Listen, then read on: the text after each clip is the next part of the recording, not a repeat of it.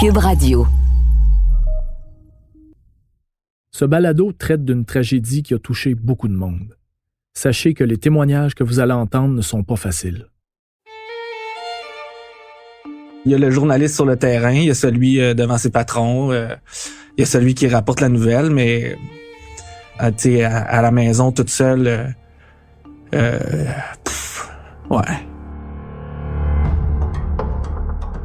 Ça fait déjà 10 ans que la tragédie de Lac-Mégantic a marqué le Québec. 10 ans que le train de la MMA est rentré dans l'histoire. 10 ans que les gens vivent avec les conséquences. Les journalistes ont beau se dire que c'était une affectation comme une autre, il n'y a juste rien de normal là-dedans.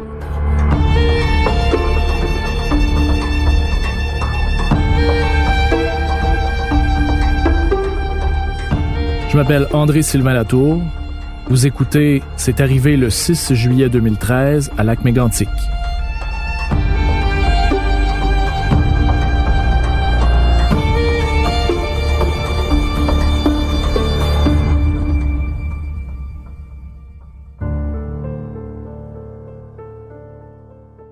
Ans, ça donne beaucoup de temps pour penser, pour revenir sur ce qui a été accompli, pour se demander si le travail aurait pu être fait d'une autre façon. Pour Nicolas Lachance, Audrey Gagnon, Maxime Landry, Catherine Lamontagne, Joël Lemay, Nicolas Saillant et probablement tous les autres qui ont couvert ça. La tragédie de Lac-Mégantic, c'est comme un mur qui empêche d'avancer. Et comme dans n'importe quel travail stressant, t'as pas le choix. Soit tu fais demi-tour et tu changes de métier, soit tu grimpes et tu passes par-dessus. Le bilan, c'est après qu'on le fait. Et il n'y a pas d'année assez longue, pas d'endroit assez profond dans la tête pour oublier ce qui s'est passé. C'est impossible de rester de glace face à l'ampleur de la tragédie qui s'est jouée là-bas. C'est possible de faire notre travail, puis de rester droite, puis de poser des questions, puis de soulever des roches, puis de creuser des angles, puis de comprendre ce qui est arrivé, puis de demander des comptes aux gens, puis tout ça, c'est possible. Mais on peut pas le faire comme un robot, là. On peut pas... On reste humain, nous aussi, tu sais. Il n'y a pas d'autres assignations comme ça qui existent en carrière. C'est souvent juste des tragédies. Donc, depuis Mégantic, j'ai fait des assignations qui ressemblaient côté prenant du travail, mais pas le côté tragédie. Pas la douleur que j'ai vue là-bas. Pas les moments difficiles qu'on a vécus là-bas. Je suis allée revoir des reportages que j'avais réalisés à ce moment-là, des directs que j'avais faits il y a 10 ans.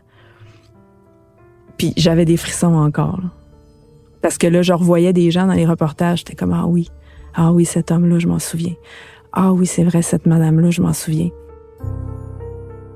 Je relisais le texte que j'ai fait pour les 1 an sur la dernière nuit du Musicafé. Dans ce texte-là, écoute, c'est un récit, c'est le récit de la dernière journée qui va jusqu'à après l'explosion. Puis, en dessous, il y a des commentaires que j'avais pas lus depuis 10 ans, puis je les ai lus ce matin avant de venir enregistrer le podcast, puis ça m'a fait du bien. Tu sais, les gens remercient. On laisse une trace aussi de cet événement-là. Le devoir de mémoire, c'est tellement important pour éviter de répéter les mêmes erreurs. Couvrir Mégantic, c'est un peu écrire le manuel de ce qu'il faut pas faire dans le transport ferroviaire. D'écrire une tragédie, c'est espérer qu'un reportage, qu'un article ou qu'une photo fasse toute la différence, que ça attire assez l'attention pour que tout soit fait, pour que ça arrive plus jamais. Ça fait 10 ans, on en parle encore parce qu'il y a des choses qu'on doit apprendre de ce qui s'est passé. Il y a encore la question de la voie de contournement qui n'est pas réglée. Puis je pense que notre travail est essentiel là-dedans aussi. Pour faire en sorte que les choses changent puis qu'on n'ait pas à revivre une tragédie comme ce qu'on a vécu il y a 10 ans. À Mégantic, les journalistes comme Audrey Gagnon n'ont pas le choix de poser des questions directes, particulièrement quand c'est au propriétaire de la MMA qui vient d'arriver sur place. Now, wait a minute now. I'm going to... No, you have asked too many questions. Depuis le déraillement de son train, il n'a rien dit. Et quand il a ouvert la bouche, ses réponses étaient loin d'être satisfaisantes. Do you think at very least you owe an apology to this town for what happened? I hope you've heard my apology about a dozen times in the last 10 minutes. Pour ceux qui rapportent la nouvelle, le vide, c'est jamais la bonne réponse. I'll issue it one more time. We are making an abject apology to the people in this town. Des fois, on réussit pas à faire sortir toute la vérité. Mais il faut continuer. Il faut se questionner sur le travail qui vient d'être fait. Apprendre et constater. Catherine Lamontagne, qui travaille aujourd'hui au bureau d'enquête de Québecor. Il n'y avait pas de sensationnalisme à Mégantic. L'événement était en soi déjà extrêmement sensationnel. Nul besoin d'en rajouter. C'est un travail d'enquête par moment, de recherche, de mémoire, d'écoute, d'accueil, de partage. C'est ça qu'on est allé faire à Mégantic. Est-ce qu'il aurait fallu travailler plus vite, moins vite, fouiller plus d'angles, moins d'angles, être plus présent pour les familles, moins présent pour les familles? Même avec du recul aujourd'hui, j'ai de la misère à répondre à cette question-là. On a donné le meilleur de nous-mêmes en fonction de la situation exceptionnelle à laquelle on faisait face.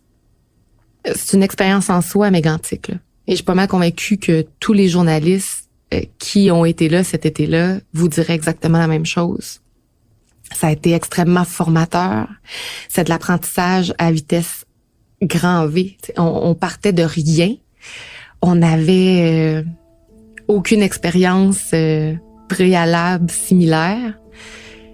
Puis tout le monde a repoussé ses limites, je pense. Puis c'est sûr, dans des événements comme ça, les gens ont toutes sortes de façons de réagir. Il y en a qui vont s'écrouler à terre. Il y en a qui vont être en colère. Puis je pense qu'il faut laisser aller ces émotions-là. Faut les laisser aller, faut comprendre les gens, faut les écouter. Puis il faut respecter aussi leurs décisions. Mais comme je disais tantôt, il y en a beaucoup qui ont besoin de parler. J'avais fait une entrevue avec un homme à un moment donné, je me souviens très bien, il me disait « Moi, ça me fait du bien de vous parler, c'est comme ma thérapie. » Il sortait ses frustrations, ses craintes, qu'est-ce qu'il venait de vivre, ses questionnements.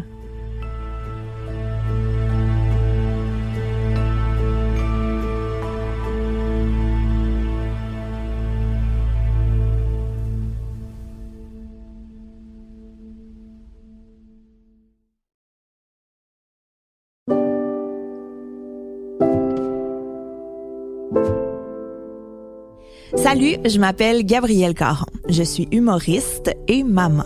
Depuis que j'ai fait des enfants, à 2 reprises, je suis absolument fascinée par les récits d'accouchement. Avec mon balado J'ai fait un humain, j'ai décidé de donner la parole aux femmes pour qu'elles me racontent dans le détail ce moment incroyable de leur vie. Vous allez rire, vous allez pleurer, vous allez avoir des frissons. J'ai fait un humain, c'est disponible sur la plateforme de Cube Radio dans la section balado ou sur les autres plateformes de balado.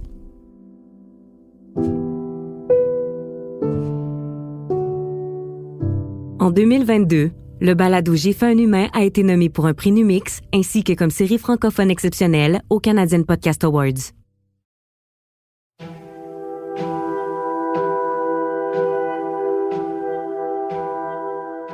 Les victimes de Mégantic, c'est pas seulement ceux et celles qui sont disparus. C'est aussi les gens qui ont vu leur vie basculer d'un coup, au beau milieu de la nuit. Ce sont des pères, des mères, des amis, des enfants qui ont vu leurs pires craintes se confirmer, jour après jour, comme un film qui joue au ralenti. C'est à eux aussi qu'il faut penser. Pour ceux qui restent, leur vie est transformée à jamais. Mais on en parle rarement de ces gens-là. on les oublie rapidement. Parce qu'ils sont en vie, donc, ils sont en vie, tout va bien. Mais non. Ils sont marqués à jamais, là. Alors, c'est encore aujourd'hui à ces gens-là que je pense. Chaque fois qu'on repasse dans ce coin de pays-là, nécessairement, j'ai en tête ce qu'on a vécu comme reporter, puis les rencontres qu'on a faites, puis les témoignages qu'on a entendus. C'est tellement vrai ce que dit Maxime Landry. Il est maintenant producteur exécutif à TVA Nouvelles. Pour ceux qui restent, oui, ceux qui restent.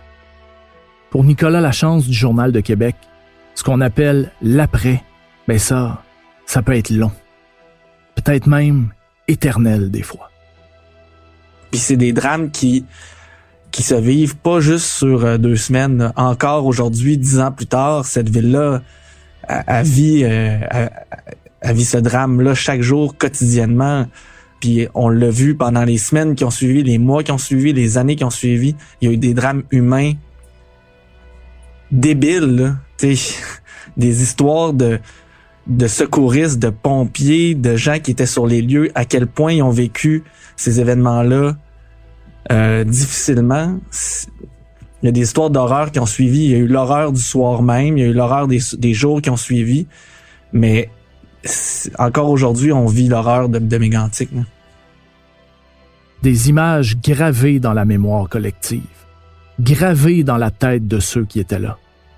Mais pour continuer à faire ce métier-là, le métier de journaliste, il faut se construire une carapace. Comme l'a fait le photographe de l'agence QMI, Joël Lemay. Il faut essayer d'avoir une espèce de recul qui nous permet de continuer. Faut que je m'implique. Faut que je mette du cœur dans ce que je fais. Mais le lendemain, on repart. Fait que quand je suis revenu à Montréal, puis j'ai pas de vacances, on continue à couvrir l'actualité, puis c'est toutes sortes d'actualités, là. Du bonheur, du malheur, des sports, de la politique, du culturel. Fallait que je continue. Faut que je fasse mon travail. C'est ça le travail. Mais des fois, il y a juste aucune armure qui est assez solide.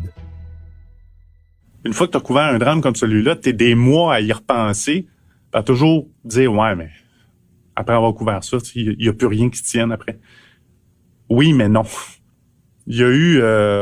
je pense qu'on a tous eu besoin de décanter un peu par la suite, puis de comprendre finalement à quel point cette petite communauté-là, dans un lieu bucolique, là, comment ces gens-là ont souffert. Et comment ces gens-là, encore aujourd'hui, 10 ans plus tard, souffrent. Les semaines qui ont suivi, là, j'ai pris des vacances. Je suis parti 2 semaines toute seule avec mon sac à dos, là, puis essayer de penser à autre chose, passer à d'autres choses aussi, là, quelques semaines après le drame, parce que le bouchon allait exploser. Dans les dernières années, j'ai eu à couvrir d'autres tragédies, d'autres événements dramatiques.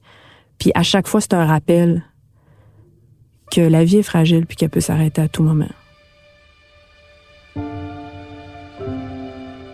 On tourne la page, mais le livre, lui, il n'est pas fini. Il manque encore la conclusion. La voie de contournement, par exemple, c'est toujours pas réglé. C'est pour ça aussi que les journalistes doivent continuer de poser des questions. C'est pour finir ce chapitre-là. Mais une chose est sûre, dans la grande bibliothèque de la vie, Mégantic, ça restera toujours une œuvre majeure. Ça restera toujours la ville où 47 personnes sont disparues d'un coup. Ça restera toujours des histoires tragiques. Ça restera toujours des images épouvantables. Mégantic, ça restera. Toujours. J'avais pas regardé des images de Mégantic parce que je voulais m'en remettre à mes souvenirs. Et là, par souci de rigueur, je regarde les images puis c'est vrai que ça me fait... À l'église, là, j'oublierai jamais ça. Jamais.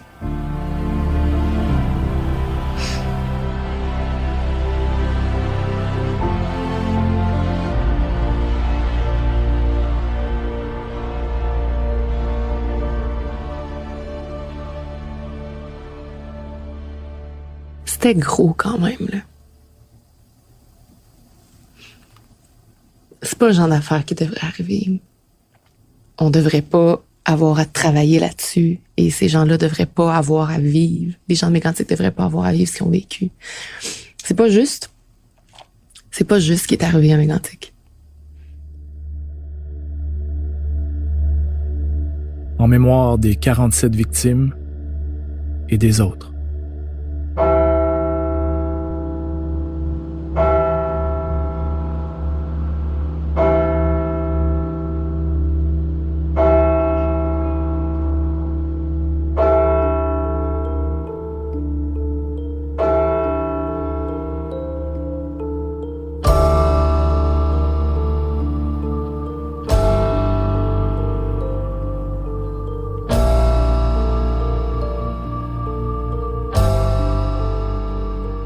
Je suis André-Sylvain Latour, j'ai conçu ce balado. Je veux remercier les journalistes qui ont accepté de se replonger dans leurs souvenirs, de remuer des affaires difficiles pour nous aider à mieux comprendre ce qui s'est passé à Lac-Mégantic à l'été 2013. Je pense que ça fait partie de notre devoir de mémoire de se rappeler des disparus et de ceux qui ont tout donné pour qu'on n'oublie jamais. Merci à Audrey Gagnon, Nicolas Lachance, Catherine Lamontagne, Maxime Landry, Joël Lemay et Nicolas Saillant. Merci aussi à Philippe Séguin qui s'est occupé du montage et Bastien Gagnon-Lafrance de la réalisation.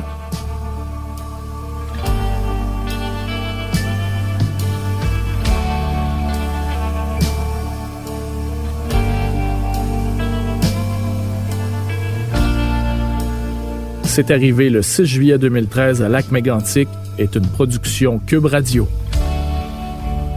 Cube Radio vous invite aussi à découvrir tous les dessous de la tragédie de Lac-Mégantic avec la série documentaire de Philippe Falardeau qui démontre que la thèse de l'accident ne tient pas. Voyez dès maintenant la série documentaire de 4 épisodes, Lac-Mégantic, ceci n'est pas un accident. Disponible sur la plateforme Vrai.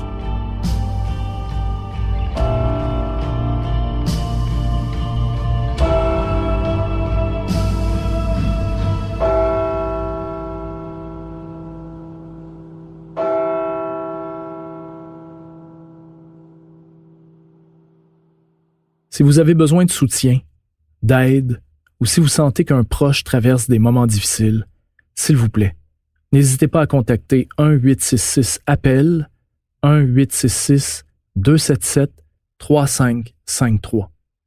Nous vous proposons également d'autres organismes d'aide dans le descriptif de l'épisode.